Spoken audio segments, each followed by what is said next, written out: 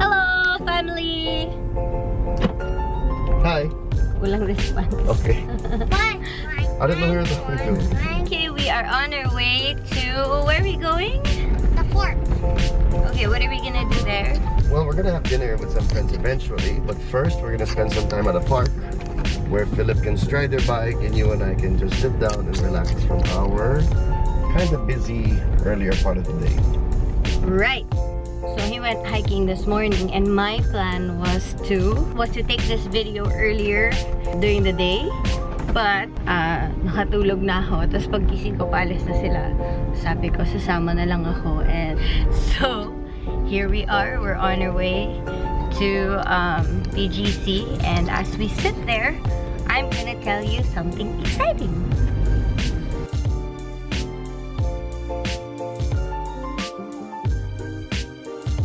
Okay, we are here at the park and while Philip is striding around, ginawa ko talagang verb nun. So the news is, what's the news, love?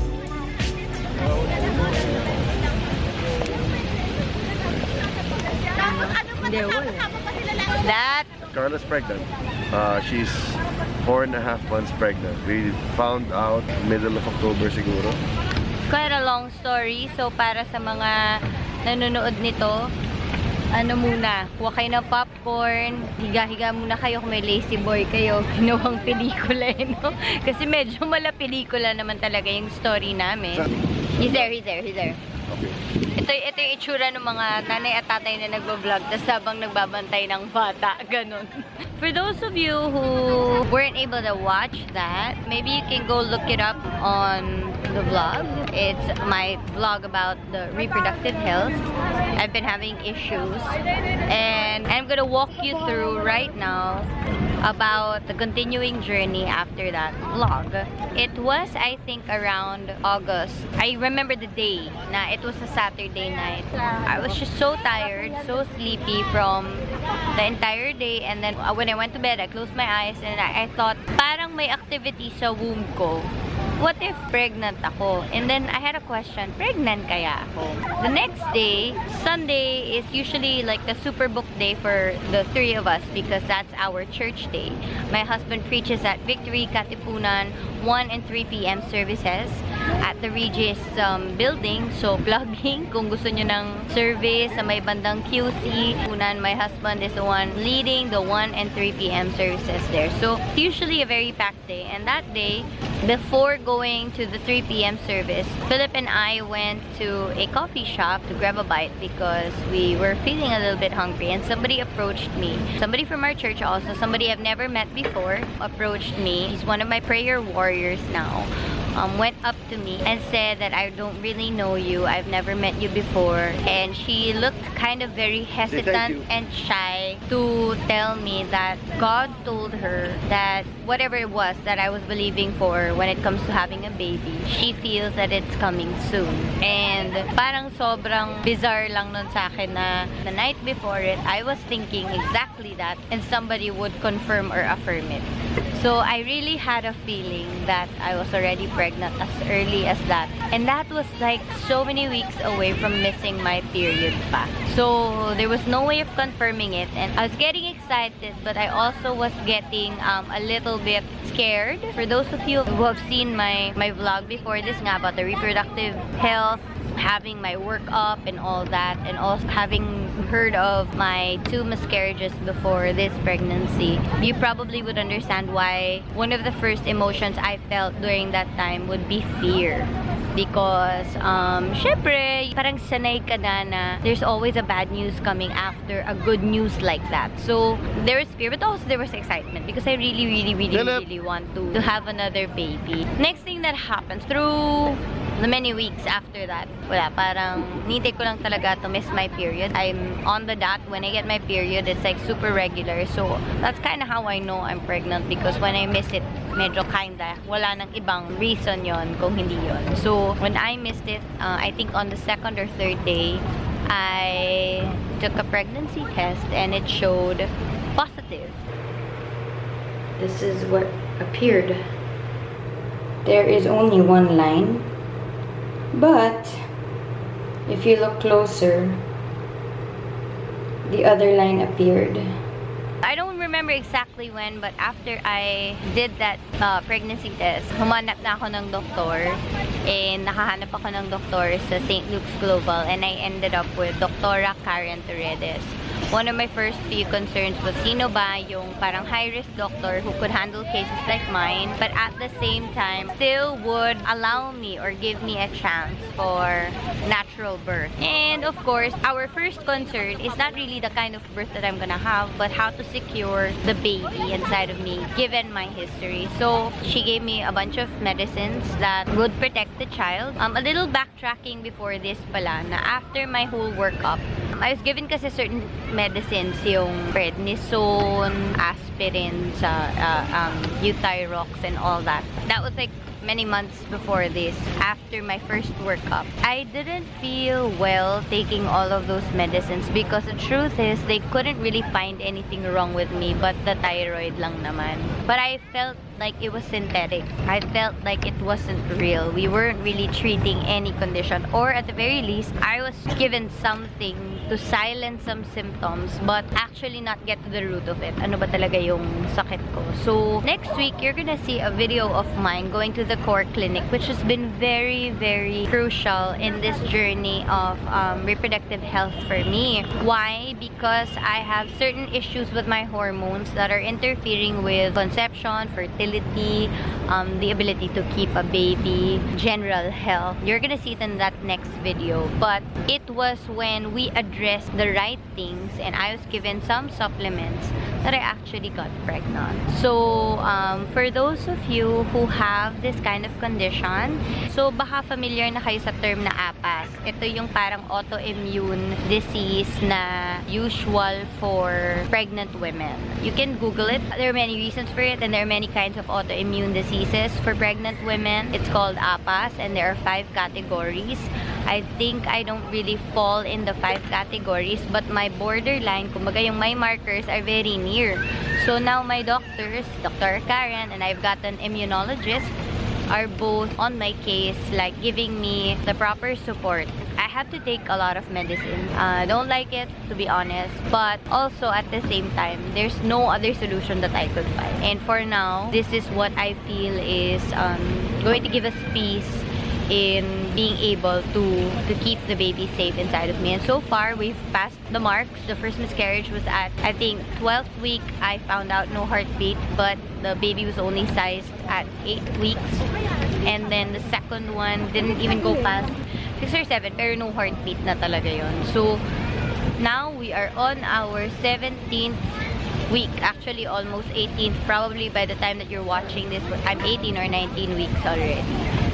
Now, what I have to do are, yun nga, binigyan ako ng maraming medicines na yung medicine ko palang busog na ako. Parang yun na yung breakfast ko.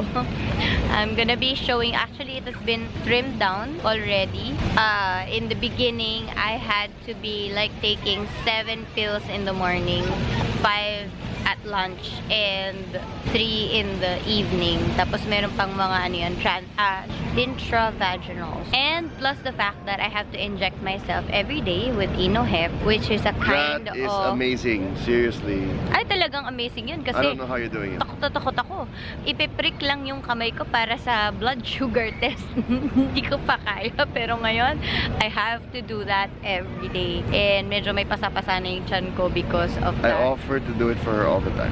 I don't want to. I think that's worse, okay? I have this picture in my head that you're just gonna stab me and then yung with no gentleness, care, whatsoever. Oo nga, nasugatan siya. Isipin mo na. Ayan. Ayan, wala lang yan. I think ito po yung talagang sugat niya na dati, no? Yung sugat na, how many stitches? Not stitches, staples. Ay, staples pala? 22. 22 staples kasi nalaglag siya. Tapos ito yung sugat niya naman ngayon, nawala lang ha. Tapos gusto niya siya mag-inject sa akin. Yung bookshelf, yung may kasalanan. Tapos gusto niya siya yung mag-inject sa akin. Ayoko talaga. So anyway, I have to do that every day at a certain time of my day. Inohep and aspirin are both blood thinners because when you have that autoimmune condition, your blood thickens to the point that it's not vital anymore for the growing baby in your womb. they would have to do something to manage that symptom, the blood thickening, and make it mas malabnaw, mas thin. So I have to inject that every day. And honestly, I think it's a mix of first trimester symptoms as well as being just so drugged. Alam mo yun, yung parang ang dami lang talagang gamot sa katawan ko during the first 3 months that I could barely stand. If some of you are nagtataka kung bakit ba ako naka-wheelchair, kung bakit feeling ako may sakit, hindi naman talaga ako may sakit lang. And that's the hardest part for her. Not just the pain, but the acknowledgement and the acceptance na huwag ka munang gumalaw kasi.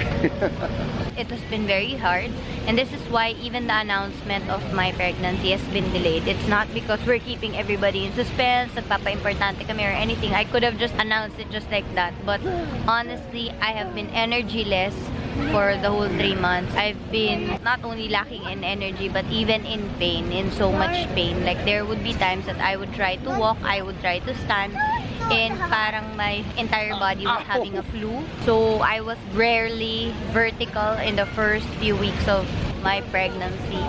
So it was that hard. Sobrang hirap po talaga. Kaya hindi ko na rin maisip na Right up to mag-announce. our trip into Taiwan. Actually, the energy really just came back after New Year. It was only after New Year. Even in Taiwan, I had to be pushed around in a wheelchair.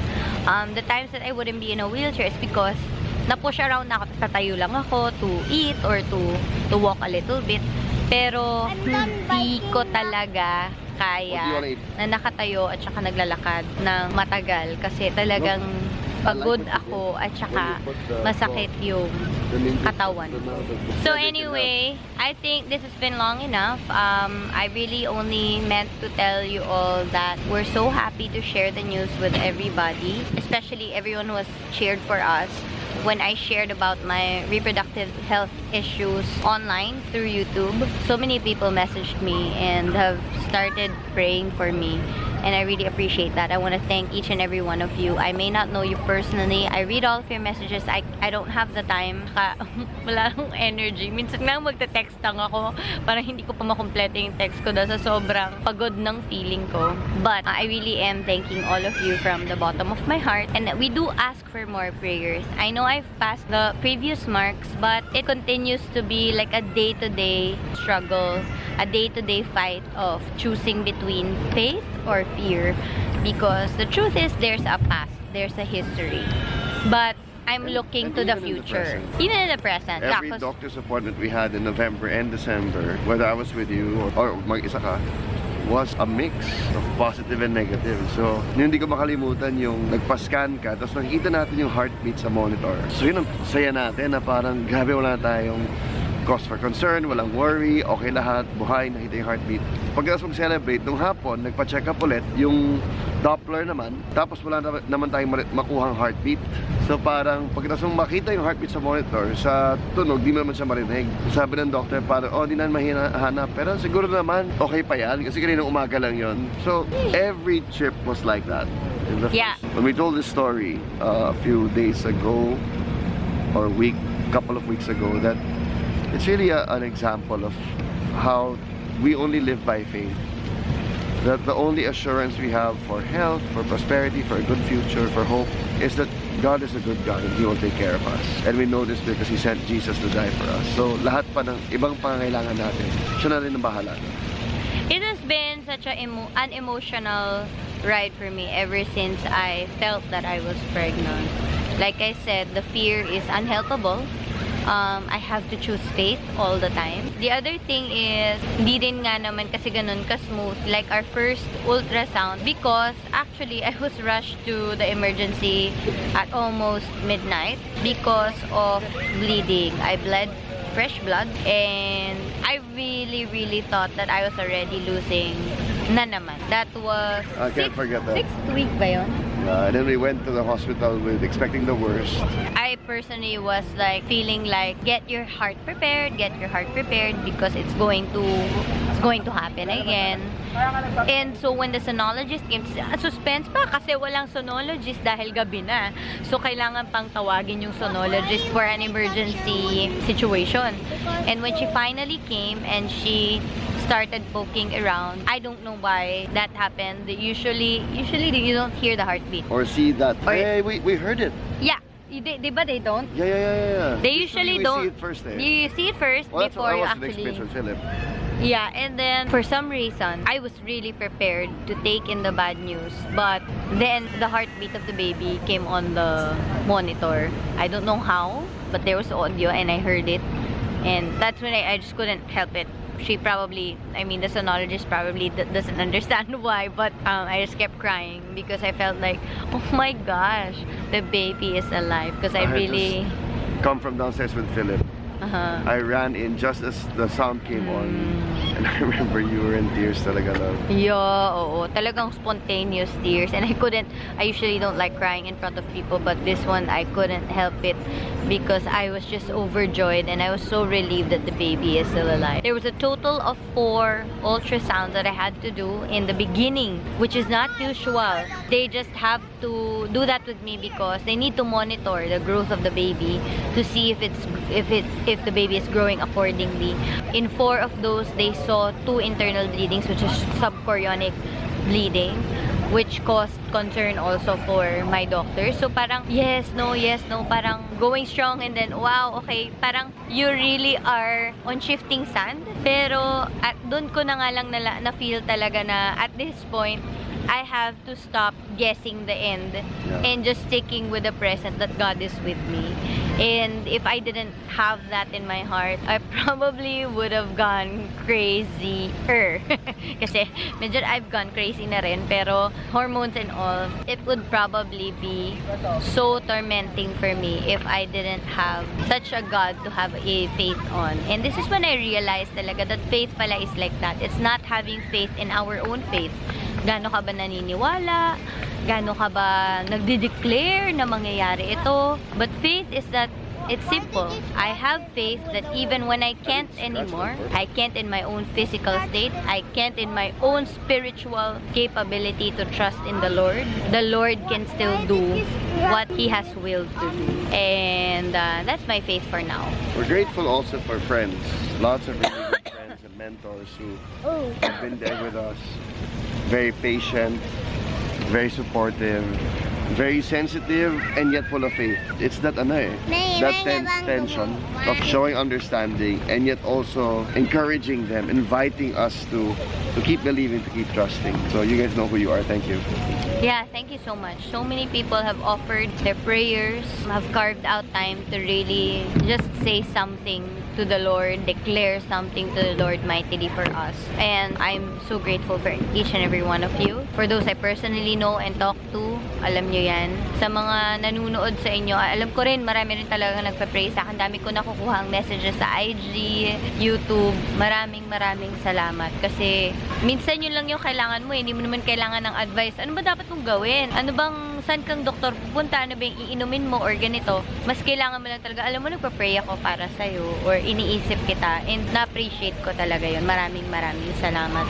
And also before I close this vlog, I think this entire journey has opened my eyes to the reality of how so many women have reproductive health issues and also have strong longing to have child or children and have lost along the way. One of the people that I was able to talk to is City, our Bossa Nova queen in the Philippines, and just been very helpful to me. Helped me source my medicines, go to the right doctors, teach me about how to put in the needle because I was so scared. I was like, wow, do you put in the entire thing? And she's like, yes, you have to put in the entire thing. City, thank you so much. I know you have your little lily bobs right now. That is a proof and a testament that this is what God had intended for you, had willed for you guys, and I know you kept the faith the whole time. It is such an encouragement even for me. And to all the other women, we've got this Facebook group for women who have the APAS condition or the autoimmune condition, and there's so many. It's a mix of sad and victorious stories in that thread. Every day you'll see both good report, bad report, women losing over and over like me and other women as well. It has made my heart very tender towards wives who have that super strong desire to have a child. And I include you all in my prayers. God knows your longing. God knows your desires. And I pray that even if the baby doesn't come right away, even through all the losses, that He will be more than enough to satisfy the longing of your soul. Because kasi gusto ko magkaanak, or kahit naman ano yan it reflects in anything. Gusto mong maabot ang isang pangarap, or gusto mong makuha ang isang lalaking gusto mo. Yung pinaka nagsasatisfy naman talaga ng soul natin is yung Creator natin tsaka yung Savior natin. So, I'm praying for you that because I can't pray for anything else. I mean, I can believe with you for the best. But if it doesn't happen, all I can say is that God is more than enough. I know it's easier to say it than actually do it. And I know that myself because when I try to do it at times when I'm very low, parang feeling ko, ang hirap talaga nito. Pero, I understand you and I'm praying for you. It's a day-to-day battle and I just have the faith that we're all gonna win this in the end. So, thanks guys for watching this vlog. My battery is low already. I'll keep you posted and updated about the entire journey. Please do pray for me. Pray for us. We are so excited and we are in so much faith. We just love God and praise God so much for this wonderful blessing that He has given us. So thanks guys. Subscribe your souls if you haven't yet. Do you love having that baby in Mama's tummy? Yes, Why? because it's a friend will not leave behind. You mean you'll always go home with this friend, right? Yeah. Are you gonna take good care of your sibling? Yeah.